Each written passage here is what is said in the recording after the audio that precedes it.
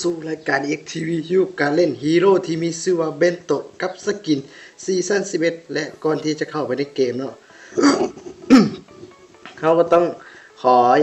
ต้อนรับเข้าสู่ซีซั่น12นั่นเองเนาะเพราะว่าซีซั่น11ก็จบลงไปแล้วทุกคนก็น่าจะได้สกินเบนโตะหมดทุกคนแล้ว และมื้อนี้ก็มีโอกาสเนาะมุกที่ว่าว่างแล้วก็จบจากการแข่งขันมาแล้วเนาะว่าทีมค่อยเป็นฝ่ายแพ้เนาะเมื่อวานนี้เนาะบ่ไหวทีมบ่ไหวทีมนึงแล้วทีมนึงมันอย่างว่าเขาเรียกคอมโบแบบดีสุดแล้วก็เลยว่าบ่โอ้ยเดี๋ยวเขาจะบ่เฟิร์สบัตรตรงบ่นี่เกือบตายเอาจังหวะเนาะกะตามนั่นแหละโซนี่ก็บ่ค่อยว่างเพราะว่าการแข่งแล้วก็บ่ค่อยสบายแล้วยังเจ็บคอ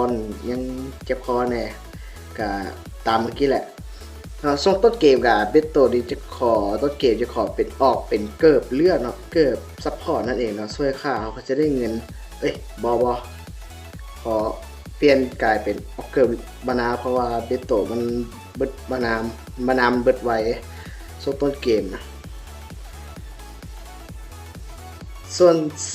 สกิลของสกินนี่ก็บ่ค่อยงามเนาะเพราะว่าค่ายคือเอาไปจุ่มสีมาแล้วก็แล้วกระทุกสกินซีซั่นเลยมีแต่รู้สึกว่าสกินเมทอนซีซั่นน่ะจะงามก่อนแล้วณจุดๆนี้สิตายหรือบ่ตายบ่ตายส่วนต้นเกมเนาะเบโตะยังบ่ค่อยแฮงนะถ้าเล่นดันป้อมนี่ถือว่าแฮงแล้วแฟนนี้มาจุดๆนี้ปึ๊บพ่นน้ำเข้าไปดิมันตีเข้าไปอีกดอกนึง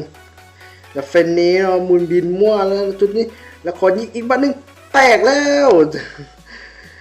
แล้วก็เอาปูเซส่วนกันต่อเนาะพ่นน้ำเข้าไปแล้วก็ขอไม่ดีกว่าบอกเอาดีกว่ามันมีโกเส้นแล้วสู้เข้ามาปั่นป่วนแล้วเขาต้องดักหัวมันตบมันอีกแบบนึงสโลเข้าไปตีพาสซีฟแตกแล้วคาริสาวมันโหสูงมาชิวสิโอ้เกือบมาเซยฟาร์มเซยคาริแล้วก็ชิ้นอาวุธทับอิดเนาะก็สิออกเป็นดับเขียวเนาะเป็นลีดดาเมจหนักแล้วก็ลูบี้ถือไปเรียบร้อยแล้วก็เข้ามาโกเส้นแล้วก็จิบไว้ให้รอดเนาะจิบไว้ให้รอดลบปากเรียบร้อยเปิดอัติพ่นเข้าไปแล้วก็ตายแล้วก็ตายอีกนิดนึงโอ้ยสุดท้ายคิมมี่ก็ถือฆ่าตายโดยลูบี้แล้วทางฟังเขาเด็ด3 นาทีมาแล้วทางฟังเขาสกอร์ไปที่5อีกส่วนนี้ฟังก็ได้สกอร์ไปที่4เนาะแล้วเบนโตนี่จะขอเน้นเป็นป้อมดีกว่าเนาะเพราะว่าเน้นป้อมแตกแล้วก็ค่อยไปเลนอื่นเนาะแล้วก็ปล่อยปลาหมึกปล่อยสลามเราไปแดกป้อมเขาส่วนรู้สึกว่าสกิเบนโตนี่บ่ค่อยเห็นไผเล่นนะเห็นเขาเล่นน้อยอีหลีแล้วก็เส้นเข้ามาจุดนี้ปากมีดโบถือแล้วมึงเฟนตายแล้วนี่เซฟโจนปึ๊บพ่นน้ำบอดแต่กะชิลาช็อตเมื่อกี้นี่พอตีพาสซีฟปึ๊บถ้าบอกเลยนะว่าถ้าเป็นโตเกอร์นี่มันแฮงแต่อย่างที่ว่าตอนแข่งถ้าใครที่ตามลองรู้จักว่าโมบายดิเจนมันมีการแข่ง LC เดี๋ยวจิฮู้ว่าแต่ก่อนตอนแข่งตอนนั้นน่ะเบตโตนี่ถึกนิยมลงไส้ลงการแข่งขันหลายเนาะก็เลยว่าถึกปรับลงจนบ่มีความหมายเลยจนแบบว่ากากเลยและนะจุดนี้เราถึกเข้าไปแล้วพ่นน้ำเพื่อเอาชีวิตรอดเปิดสกิลอัติเข้าไปปึ๊บแล้วเขาก็ได้มา1 คิวแล้วก็แลนดีกว่าลูบี้ยังเข้าไปเปรี้ยวแล้วเข้าไปเกี้ยวไปเต็มเลยแต่ขอบายแล้วบ่เอาแล้วคิมมี่เข้ามานี่แล้วเข้ามาปึ๊บปากเดี๋ยวมันแตกเกือบตายเฮียโอ้เดี๋ยวได้แล้วก็ส่วนมา4 คิวแล้วลูบี้ถือโกเส้นไรค่ะจะรอดหรือบ่รอดรอดและสู้เข้าไปหาคารีปึ๊บถึงเตะเข่าป้อมตาย IV คารีเรียบร้อยและทางฟงถึงก็ถือเฟนี้ก็ถือดักฆ่าโดยเมดแล้วขอเปิดอติใส่คีย์นะเพื่อความไวในการเอาบัฟสกิลนี้เข้าไปปรับแล้วมาเอาป้อมกลางกันเลยเนาะเพราะว่าป้อมถึงแตกแล้วเฮ็ดตามสเต็ปของเบนโตทุกคน บอกออกดับเขียวก่อนเพื่อรีบดาเมจช่วงต้นเกมให้แห้งขึ้นเนาะเราจะได้ตีป้อมแห้งขึ้นอีกแล้วก็บวกสบายเนาะ เดี๋ยวขอเล็งไปที่เตากันเนาะตัวนี้บกเอียงวะตัวนี้นี่กับบกสบายเลยเนาะเจ็บคอหน่อยนึงแน่แล้วก็ว่าบกค่อยจะได้บัดใด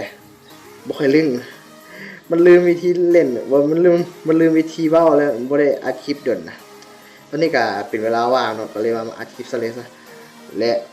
หาเล่มันกำมาลาดเอาของเราแล้วก็ชิ้นอาวุธต่อไปจะขอเป็นออกไป3เงาเนาะเพื่อความแห้ง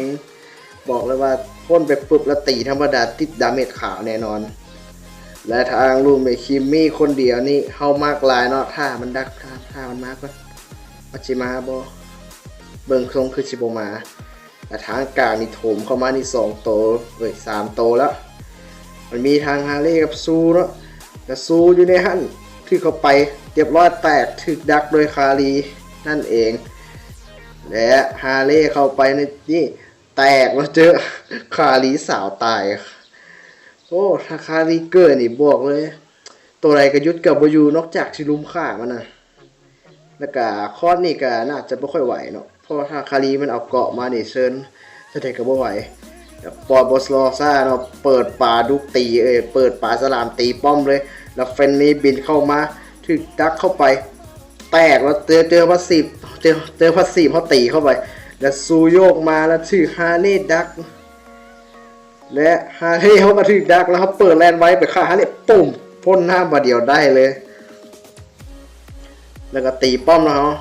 ตีโอ้ยแล้วบอลซ่าเนาะเปิดอัติเซป้อมแมงเลยแล้วแลนเพื่อความไวปุ๊บลงเป็นข้อเลยเลื่อยจากเลือดเหลือ 2,000 ละโอ้ป้อมกับแตกละโอ้เหลือนิดเดียว